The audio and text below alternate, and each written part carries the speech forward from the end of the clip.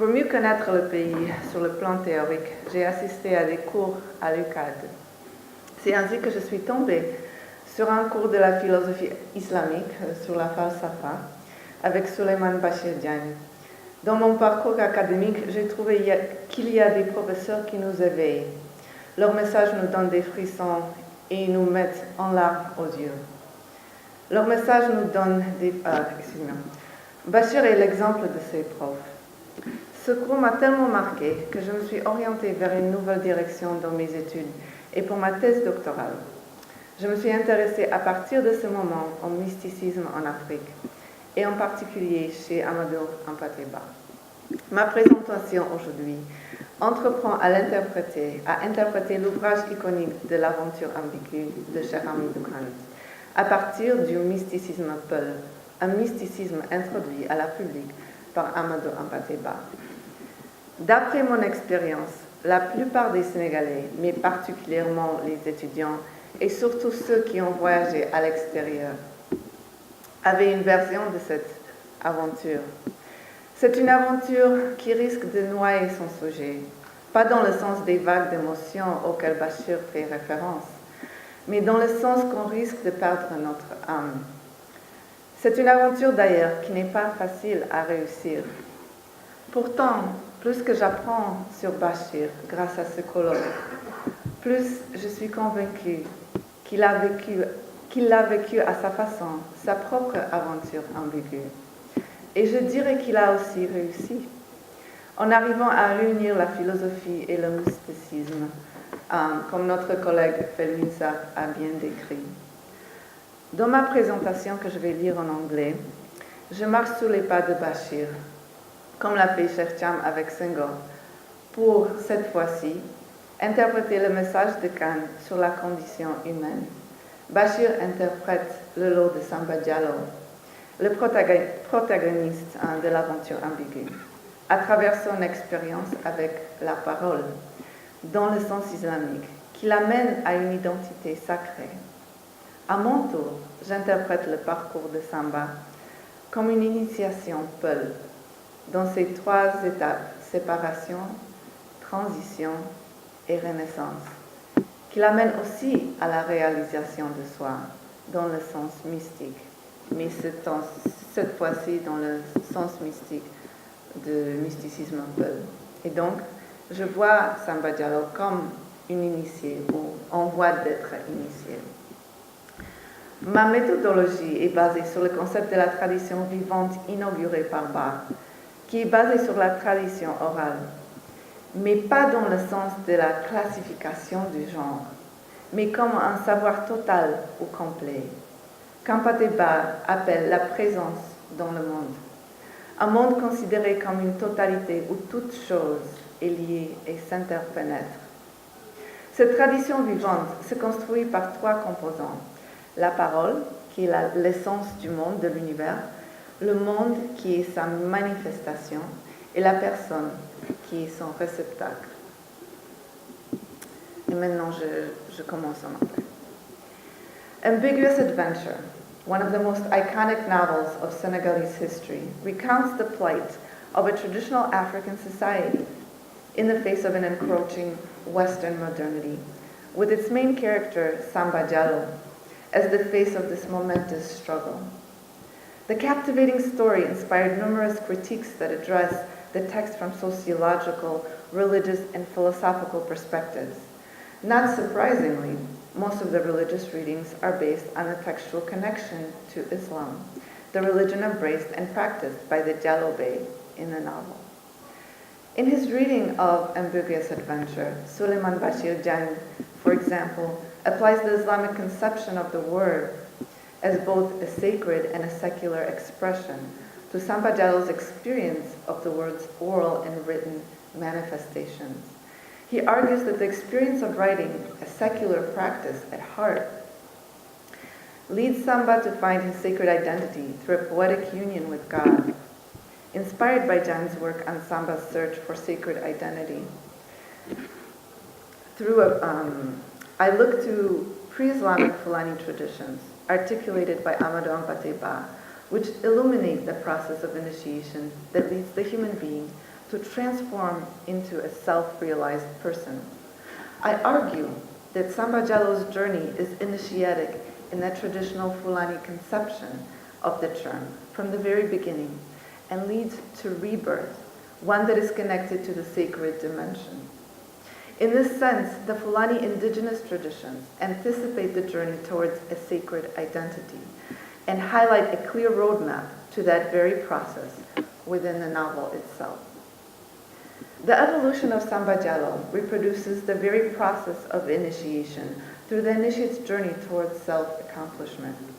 Samba's journey from the disciplinary hands of the Quranic school and the teacher through the pulpits of a typically Western education and to his return home lead to a painful transformation that invoke an initiation into the sacred world.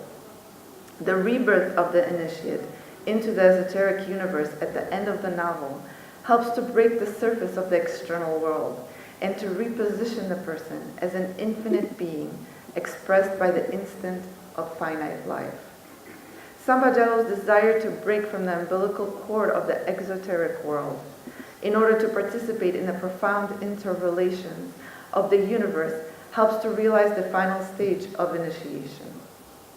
The stages of initiation experienced by Samba are vicariously lived through by his community as well as the audience and are haunted by an inseparable relation between life and death. The initiate's journey towards self-accomplishment is sketched by 3 stages in his life that push him to replicate, question, and assert his identity in relation to the universe. The stages are characterized by Samba's unconscious presence in the universe during his studies in the Quranic school, by his critical separation from that world through Western education, and by his reunion to the sacred world once he returns to his homeland and his roots. Samba's progression from one stage to another shows his maturing relation to the world and the word presented by his surroundings. His experience shows that in order to reach the accomplishment of himself, he needs to reject the blank presence within the universe and to exert his own will in order to participate in the universe consciously. With each new didactic experience, the initiate is pushed through the birth canal, slowly detaching himself from the umbilical cord of the womb to learn to breathe on his own. Samba Diallo's tenure at the Foyer Ardent, or the glowing hearth, helps to define the initiate's first experience within the universe and announces his future role in the relation. The Talibé's Islamic education equally introduces him to the power of the divine word and the mystery of its world. Without knowing the meaning of his declamations, the initiate passionately expresses the word of God with his entire being. His intense expression of the divine word through the memorization of Quranic verses provides the novice with great internal fulfillment and brings about his intimate connection with the unknown dimensions of the divine world. Although Samba does not actively participate in the word and the world, their intense presence surrounds him. Samba's rigor and passion for the word of God and intimate relation of the world merits the young boy the favor of the master, as well as the jealousy of his peers, and predicts the accomplishment of Samba as a person. The initiate's unconscious presence in the universe gives the young man the first push towards the unconscious or towards a conscious presentation or participation in the sacred world through his person.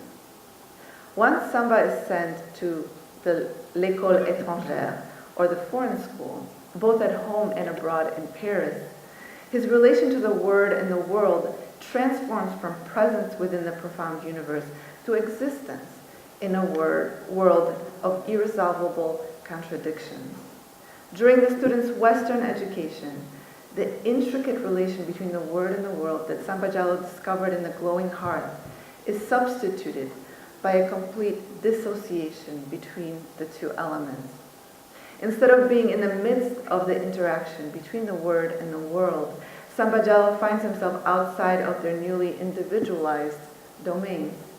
The French schools teach the new students to objectify the word and the world, and as a consequence, to objectify his own person.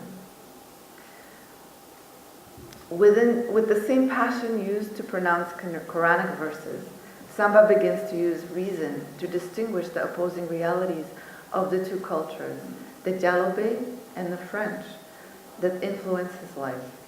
The initiate's procession from the womb towards the outside disrupts the harmony of his fetal life, placing him in a state of aphoretic distress. Samba Diallo's separation from the universe and the resulting crisis at the onset of his French education at home, which follows him to his studies in France, gives the student a certain awareness of his surrounding reality. Unlike his previous unconscious bliss, the student's new state of alienation awakens him to his loss of the intimate connection with the universe. Awareness of his existential angst sharpens Samba's reasoning skills, helps him understand the sources of his grief. I lost my place here. Just one second. And gives him the base from which he could search for healing. At the apex of Samba's crisis, his father requests for his immediate return home. The initiate's return to his origins helps to give Samba the last push that could help him cross the barrier between the external and the internal worlds. In order to accomplish the transformation, Samba Diallo dies to become an inextricable part of the world, and the person. At the point of Samba's internal conversation with God, in which the initiate refuses to be abandoned by the Supreme Being, the initiate is killed by a disturbed disciple of his former master.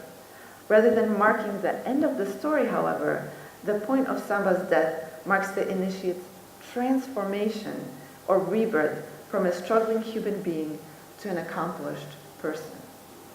Samba Diallo's experience of integration in the word and aspect of the universe.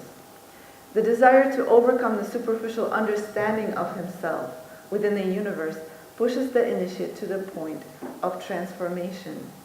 Samba's death delivers him to a new dimension of the world, invites him to a dialogue with the shadow that represents the profound esoteric part or side of reality.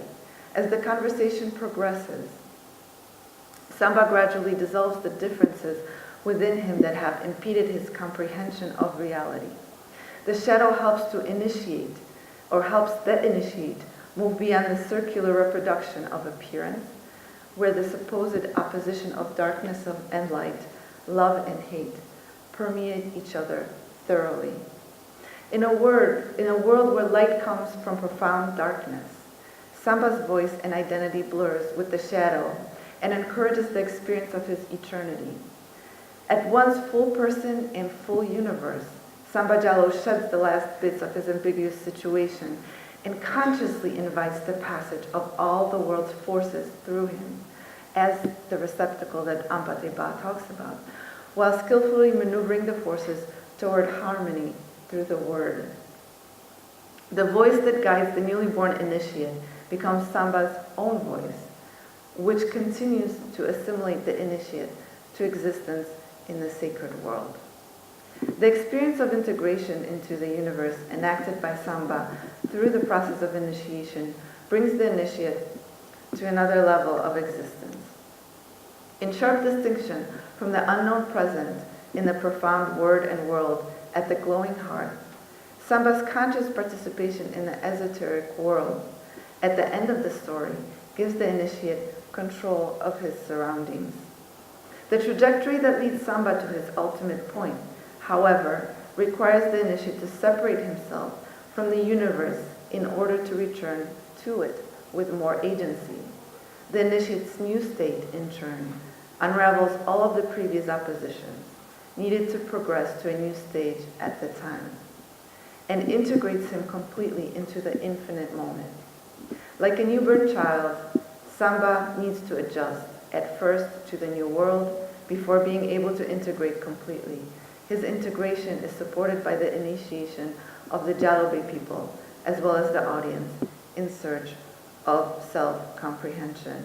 And so the idea of the importance of both philosophy and mysticism in all of their contradictions and the need of them to be together, the importance of moving from specific philosophies or ideas to this, as the one speaker talked about through Husserl, to this universalism, I think, is well expressed if Ambiguous Adventure is read through Ampateba's understanding of the living tradition, as I mentioned at the beginning of my talk, and gives us an idea of a possible, positive, and maybe even revolutionary understanding of Samba Diallo's trajectory within the Ambiguous Adventure. Thank you.